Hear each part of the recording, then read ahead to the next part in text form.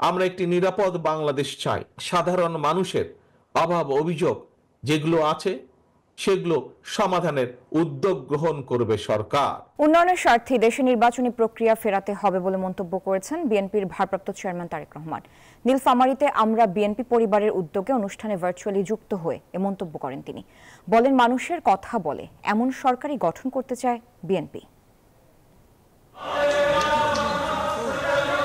নীলফামারীতে র্যাবের ক্রসফায়ারে নিহত শহীদ গোলাম রাব্বানীর পরিবারের পাশে দাঁড়াতেই আমরা বিএনপি পরিবারের এই আয়োজন। অনুষ্ঠানের শুরুতেই বিএনপির ভারপ্রাপ্ত চেয়ারম্যান তারেক রহমানের পক্ষে নবনির্মিত বাড়ির চাবি তুলে দেন আমরা বিএনপি পরিবারের সদস্যরা। আওয়ামী লীগের সন্ত্রাসীরা আমার বাবাকে আমার কাছ থেকে কেড়ে নিয়েছে।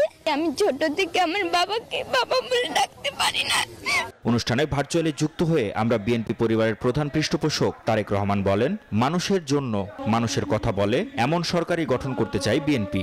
আমরা একটি স্বাভাবিক বাংলাদেশ চাই, আমরা একটি নিরাপদ বাংলাদেশ চাই। সাধারণ মানুষের অভাব অভিযোগ যেগুলো আছে সেগুলো সমাধানের উদ্যোগ গ্রহণ করবে সরকার।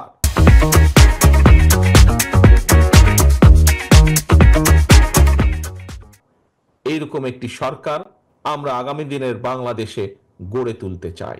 তারেক রহমান বলেন, তারা এমন বাংলাদেশ গড়তে চান যেখানে গোলাম রাব্বানীর মতো আর কাউকে যেন অকালে জীবন দিতে না হয়। দেশকে উন্নত বিশ্বের কাতারে নিতে হলে দেশে নির্বাচনী প্রক্রিয়া ফিরিয়ে আনার তাগিদ দেন বিএনপির ভারপ্রাপ্ত চেয়ারম্যান।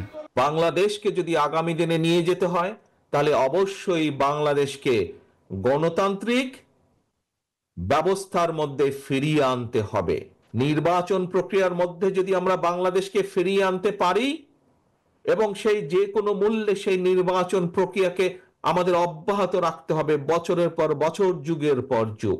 অনুষ্ঠানে সভাপতিত্ব করেন আমরা বিএনপি পরিবারের আহ্বায়ক আতিকুর রহমান রুমন। আর গণতন্ত্র পুনরুদ্ধার আন্দোলনে শহীদ রব্বানীর মতো যারা সারা বাংলাদেশে জীবন এবং আত্মত্যাগ করেছে, এইসব পরিবার পাশে তারেক রহমান থাকবে।